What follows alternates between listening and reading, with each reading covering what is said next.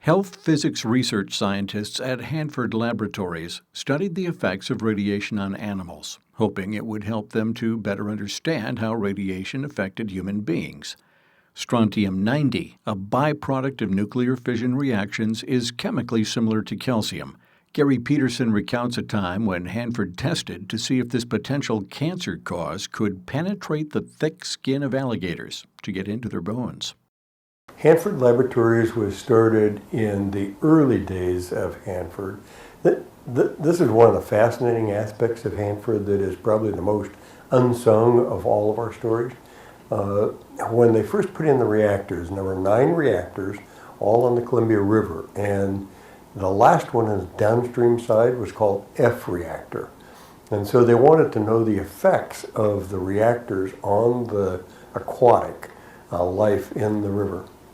So they started with aquatic biology, and health physics actually started here as well. An example of the kinds of work that aquatic biology did. In 1963, 2 DVMs, Doctor of Veterinary Medicine, went to the head of biology, who was a guy named Bill Bear at the time, and said, we need to study the effects of radiation uptake in thick-skinned animals, because certain radioisotopes are bone seekers or thick-skinned or those kinds of things. And so they talked Bill Bear into allowing them to buy 6 alligators. So this is my alligator story. So the alligators were about 2 foot long. They were young, and they were going to study strontium-90 uptake in these thick-skinned animals. So they were put at 100F area in a pen in the river, because the water flow came by, the last downstream.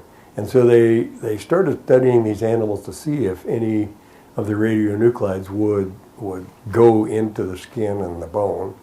Well, a storm came up, and the storm blew down the pen that the 6 alligators were in. They all escaped into the Columbia River. And this is still during Cold War. So this was all classified or under wraps, however you want to say it. The workers out there, they found 5 of the alligators. 1 was still missing. And time went on. This is 1963, before I got here. Time went on, and there was a fisherman downstream at a place where everybody went, and he caught this 6th alligator. And people wouldn't believe that he caught an alligator in the Columbia River, but the man took the alligator to a taxidermist in Pasco and had it stuffed. He wanted to preserve it.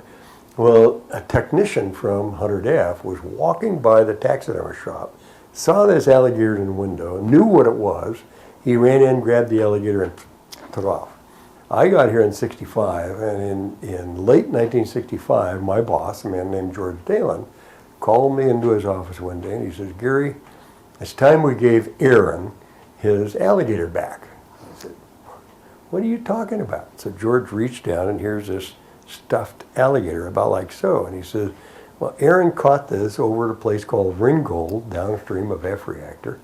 And, we went and took it from him. So I will tell you that the story has been in the Tri-City Herald, so it's a provable story. Hanford scientists eventually determined that strontium-90 did get into the thick skin of the alligators. The Hanford Laboratories continued health and environmental research, and today is known as the Pacific Northwest National Laboratory. Studies of sheep showed that varying levels of radioactive iodine I-131 caused deformities in lambs and eventually death in ewes.